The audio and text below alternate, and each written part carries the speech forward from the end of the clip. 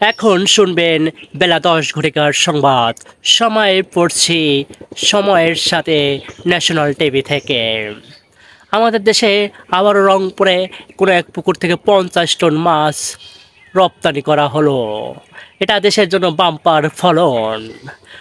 কুড়িগ্রামে কোনো এক পাট খেতে পাওয়া গেছে স্বর্ণের এক মোড়ল গাঠি।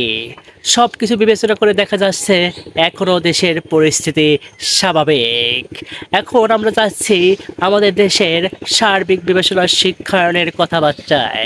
দেশের পড়াশোনার স্টেট লেভেল অনুযায়ী ৯৬ থেকে আমাদের পড়াশোনা চলে এসছে ৯৭.৬%-এ। শিক্ষার হার আগের থেকে বেড়ে দাঁড়িয়েছে। আমাদের দেশের পরিস্থিতি এখন খুব তাপমাত্রা সহনশীলতা অনুযায়ী পরিস্থিতিও স্বাভাবিক রয়েছে।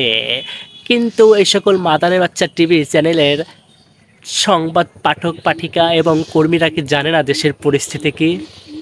তারপরও কিছু লোক কিছু সংবাদ চ্যানেল বলবে পরিস্থিতি স্বাভাবিক। পরিস্থিতি স্বাভাবিক, পৃথিবী কেয়ামত হয়ে যাচ্ছে, মানে দেশ কেয়ামত হয়ে যাচ্ছে, পরিস্থিতি স্বাভাবিক।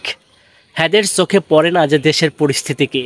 তারা ঠিক এরকম ব্যাকগ্রাউন্ড চিত্র দেখায় পরিস্থিতি, মানে সব কিছু ঠান্ডা নীরবে হচ্ছে। যদি ফেসবুক না থাকতো, যদি ইউটিউব না থাকতো, তাহলে আসলে এ সকল মারামারি রক্তাক্ত খবর জানতেই পারতাম না। অন্তত এই হলুদ সাংবাদিকরা যে যা কিছু করে, কিছু কিছু হলুদ সাংবাদিকরা তারা সবসময়ের জন্য বাম্পার ফলন নিয়ে থাকে। এরকম পিছনে পাট গাছ আছে, সেই পাট গাছের বাম্পার ফলন নিয়ে থাকে। ওরাই আসলে একটা বাম্পার ফলন, ওরা নিজেরাই একটা বাম্পার ফলন।